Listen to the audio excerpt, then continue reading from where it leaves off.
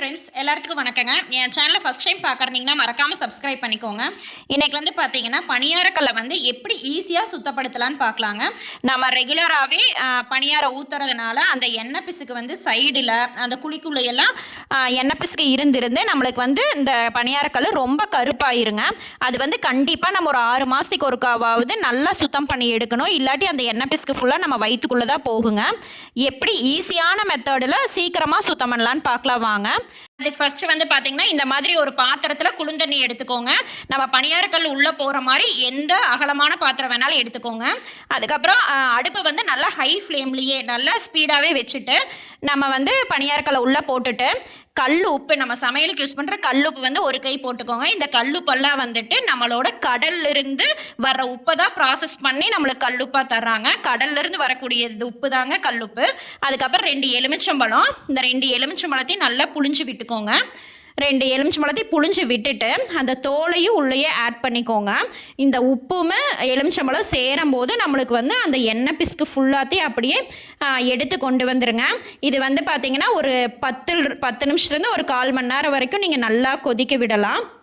அதுக்கப்புறம் இதில் எலுமிச்சம்பழம் புழிஞ்சு விட்டதுக்கப்புறம் பேக்கிங் சோடா வந்து நல்லா 2 டேபிள் ஸ்பூன் யூஸ் பண்ணிக்கோங்க. பேக்கிங் சோடா போட்டதே அப்படியே நல்லா பொங்கி வருங்க. அந்த பேக்கிங் சோடா வந்து லெமனோட சேரும்போது அந்த எண்ணெய் பிசுக்கு ஃபுல்லாகவே கம்ப்ளீட்டாக அந்த கருப்பாக இருக்கிறது எல்லாத்தையுமே அப்படியே ஊற வச்சுருங்க. இந்த 3ஐயும் ஆட் பண்ணிக்கோங்க. கல்லுப்பு, லெமனு, பேக்கிங் சோடா இந்த 3ஐயுமே ஆட் பண்ணிவிட்டு ஒரு 1/4 மணி நேரத்துக்கு நல்லா கொதிக்க விட்டுருங்க. இந்த பேக்கிங் சோடா வந்து பார்த்திங்கன்னா நம்மளோட நிலத்தடியிலிருந்து தண்ணியாட்ட மினரல் மாதிரி தான் இருக்குங்க. அதுதான் சோடியம் பைகார்பனேட். அதை வந்துட்டு கிறிஸ்டலைஸ் பண்ணி வர்றது தான், தயாரித்து வர்றதா பேக்கிங் சோடாங்க. அது எங்கே நம்மளுக்கு கிடைக்குதுன்னு பார்த்திங்கன்னா கெலரோடோ அப்படிங்கிற நார்த் வெஸ்ட் யுனைடெட் ஸ்டேட்ஸில் வந்து கெலரோடோங்கிற ஏரியாவில் கிடைக்குதுங்க பேக்கிங் சோடா. அதை ப்ராசஸ் பண்ணி வர்றதா நம்மளுக்கு வந்து பேக்கிங் சோடாவாக நம்மளுக்கு கொடுக்குறாங்க. ஒரு 1/4 மணி நேரம் கொதிச்சதுக்கப்புறம் இந்த மாதிரி நம்ம அந்த தண்ணியை வந்து வடிகட்டிட்டு அந்த பணியாரக்கல்லை வந்து இந்த மாதிரி தனியாக எடுத்துக்கோங்க. சூடாகவே நம்ம வந்து இந்த பணியாரக்கல் வந்து சூடு இருக்கும்போதே நம்ம இந்த மாதிரி ஏதாவது ஒரு கத்தி யூஸ் பண்ணி ஃபுல்லாக சுரண்டிக்கோங்க. கத்தி எடுத்துக்கலாம், இல்லை ஸ்பூனை எடுத்துக்கலாம். ஏதாவது ஒரு சாணம் இல்லாமல் கத்தியாக எடுத்துக்கோங்க. ஷார்ப்னஸ் இல்லாமல் கத்தியாக எடுத்துக்கிட்டிங்கன்னா நம்மளுக்கு வந்து கத்தி வேஸ்ட் ஆகாது. இல்லை ஸ்பூன் வச்சு இந்த மாதிரி கூட நீங்கள் சுரண்டி எடுத்துக்கலாம். ஃபுல்லாக கம்ப்ளீட்டாக நம்ம வந்து அந்த சூடு இருக்கும்போது நீங்கள் சுரண்டா மட்டும்தான் வரும். அதனால் வந்து நல்லா ஸ்ட்ராங்காக கை சுடாத மாதிரி பிடிச்சிட்டு ஃபுல்லாக இந்த மாதிரி சுரண்டி எடுத்துக்கோங்க. அந்த நம்ம யூஸ் பண்ண லெமனை கூட வச்சு நீங்கள் தேய்ச்சி விட்டிங்கன்னா கூட கொஞ்சம் ஈஸியாக வந்துடும். கொஞ்சம் ஒரு 10 நிமிஷம் மட்டும் நம்ம நல்லாவே சுரண்டி தான் எடுக்கணுங்க. ஏன்னா ரொம்ப நாளாக பிடிச்சிருக்கிற பத்து, அதனால் வந்துட்டு அந்த சூட்டுலேயே தேய்ச்சிங்கன்னா மட்டும்தான் இந்த மாதிரி கூட வரும்.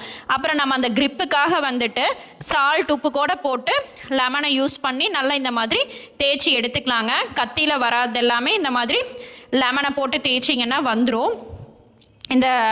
அதுக்கப்புறம் நல்லா இந்த மாதிரி வாஷ் பண்ணிக்கோங்க. ஓரளவுக்கு ஒரு 75% வந்துடுங்க. அதுக்கப்புறம் வந்துட்டு நம்ம டிஷ் வாஷ் யூஸ் பண்ணி இந்த இரும்பு ப்ரஷ் போட்டு தேய்ச்சிங்கன்னாவே நல்லாவே வந்துடுங்க.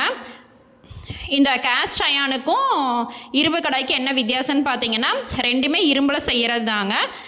வார்ப்பு முறையில் இரும்பை வந்துட்டு வார்ப்பு முறையில் தயாரிக்கிறது தான் வந்துட்டு கேஸ்ட் அயானுங்க. இரும்பு கடாய், கேஸ்ட் அயன் ரெண்டுலேயுமே நல்லா சூடு நிற்குங்க. ரெண்டுலேயுமே நம்மளுக்கு வந்து அயன் கண்டென்ட் கிடைக்கும். ரெண்டுக்குமே ஒரே சத்துக்கள் வந்து நம்மளுக்கு கிடைக்குங்க. ஏன்னா இது கீழே போட்டால் உடையாது இரும்பு கடாய், கேஸ்ட் அயன் வந்து கீழே போட்டிங்கன்னா உடஞ்சிரும். இந்த மாதிரி கத்தி யூஸ் பண்ணி ஃபுல்லாக சுரண்டி எடுத்துக்கோங்க. அந்த காலத்தில் பார்த்தீங்கன்னா சோப்பு ஸ்டோன் யூஸ் பண்ணுவாங்க. கல்லில் வெள்ளை கலரில் கல்லில் பணியாரக்கல் இருக்கும். அது வந்து பார்த்திங்கன்னா சோப்பு ஸ்டோனில் தயாரிக்கிறதும்பாங்க. அப்படின்னா ஒரு பாறையை வந்து செதுக்கி இந்த பணியாரக்கல் சைஸுக்கு கொடுக்கறது தாங்க சோப்பு ஸ்டோன். நம்ம அந்த கால தாத்தா பாட்டி காலத்துலலாம் அதை யூஸ் பண்ணியிருப்பாங்க.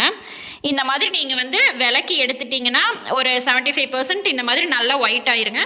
அப்படி இன்னும் கொஞ்சம் அங்கங்கே இருக்கும். அதுக்காக மறுபடியும் நீங்கள் வந்து அடுப்பில் வச்சு சூடு பண்ணிக்கலாம். சூடு பண்ணால் மட்டும்தான் மறுபடியும் தேய்க்கும் போது வரும்.